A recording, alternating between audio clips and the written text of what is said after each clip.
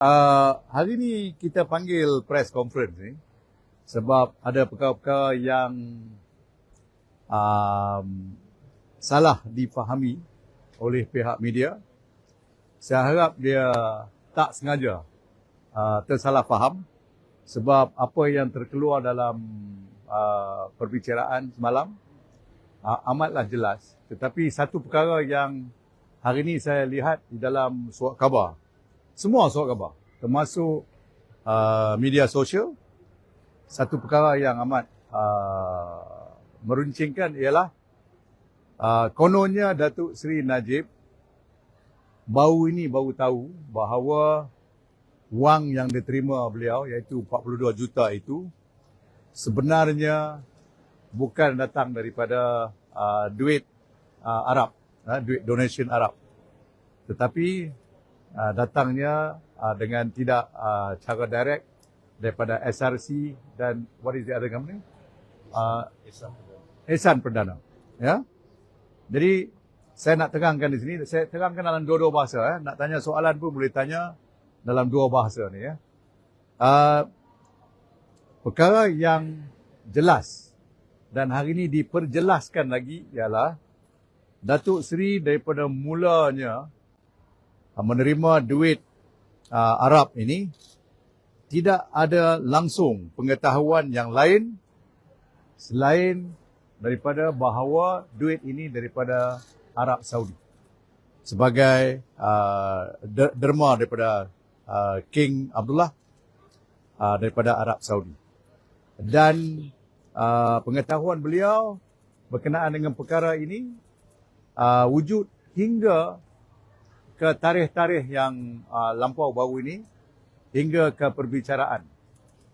Tetapi bila ditanya soalan berkenaan dengan sama ada beliau boleh menerima hakikat yang duit ini bukan daripada negeri Arab Saudi oleh sebab keputusan mahkamah di kes jenayah SRC, beliau menjawab kalau mengikut keputusan mahkamah, itu satu perkara yang lain. Tetapi dalam pengetahuan beliau ke hari ini, beliau percaya duit yang beliau terima, semuanya, bukan saja 42 million, semua yang beliau terima adalah wang ataupun dana sumbangan derma daripada Arab Saudi. That one you must be very, very clear. Okay, because he repeated this many times. Yeah?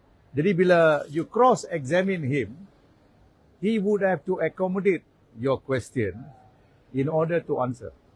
Okay? Tetapi dia tak pernah kata dia telah pun mengabaikan apa yang beliau percaya sebagai wang donation dari sumbangan daripada Arab Saudi.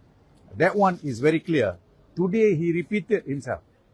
Alright? Tetapi semalam saya lihat dan hari ini saya lihat banyak media-media yang telah tersalah report. Mungkin satu yang buat salah, semuanya ikut. Ya, mungkinlah. Ya. Jadi dari segi itu saya nak tekankanlah perkara yang mustahak. What is the second one yang Datuk? Okay. Itu saja yang kita nak memperjelaskan. Dan kedua soalan berkenaan dengan, you remember the issue. Can a Prime Minister, Minister of Finance micromanage or even macro-manage any GLC, termasuklah SRC dan juga 1MDB. Dia kata, you cannot do it. You can only manage in terms of policy. Bila policy decision is referred to him, he can make a policy decision that has got relevance to security and as well as the direction that the company ought to take. But never micro or micro management. That is left, according to him, management and the board of directors. Ketiga, very important, dia kata,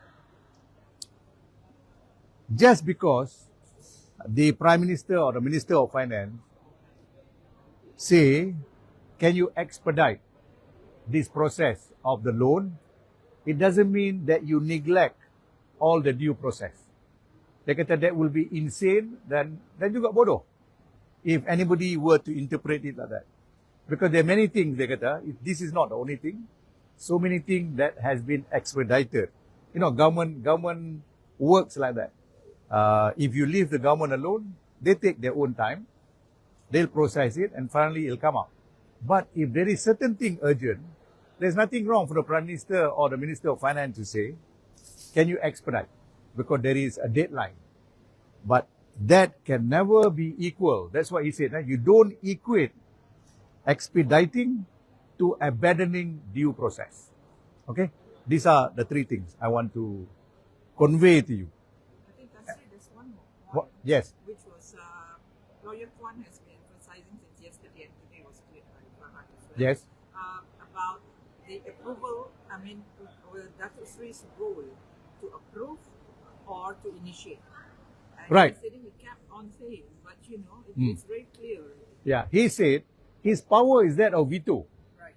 but never to initiate what ought to be a decision-making process of management and the board. Dia kata, kalau tidak, what's the use of having the board? What's the use of having the best person in the management? There's one thing you can be rest assured, tak payah dengar cakap I or from the witnesses.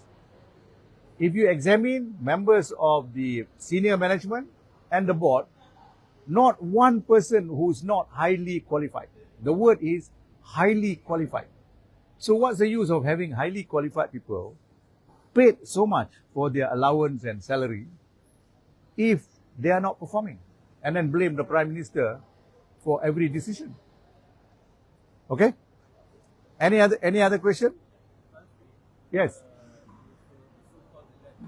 Mai dekat sikit. That's why I asked you to come in front. Sorry?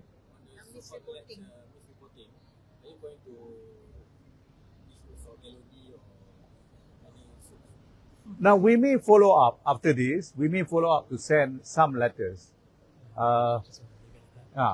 We may, but at the same time, this press conference is a clarification. I hope all those medias that are affected by the wrong reporting will correct it. Tak payah kita buat paperwork lagi lah. Yeah? Anything else? So basically you're saying it's not this reporting, right? Because the reports were just based on the questions from... No. The context was misinterpreted. Meaning the question was, do you agree with the criminal court proceedings and findings? Is that it? No. One of the questions asked was, the criminal court finding is this. And Datuk Sri Najib said, yes, the criminal court finding is, and he repeated. But the rider, the press didn't report. But he said, but nevertheless, my belief and my knowledge has always been, from the beginning until now, that the money came from the donation of the Saudi Arabia. That part tak report.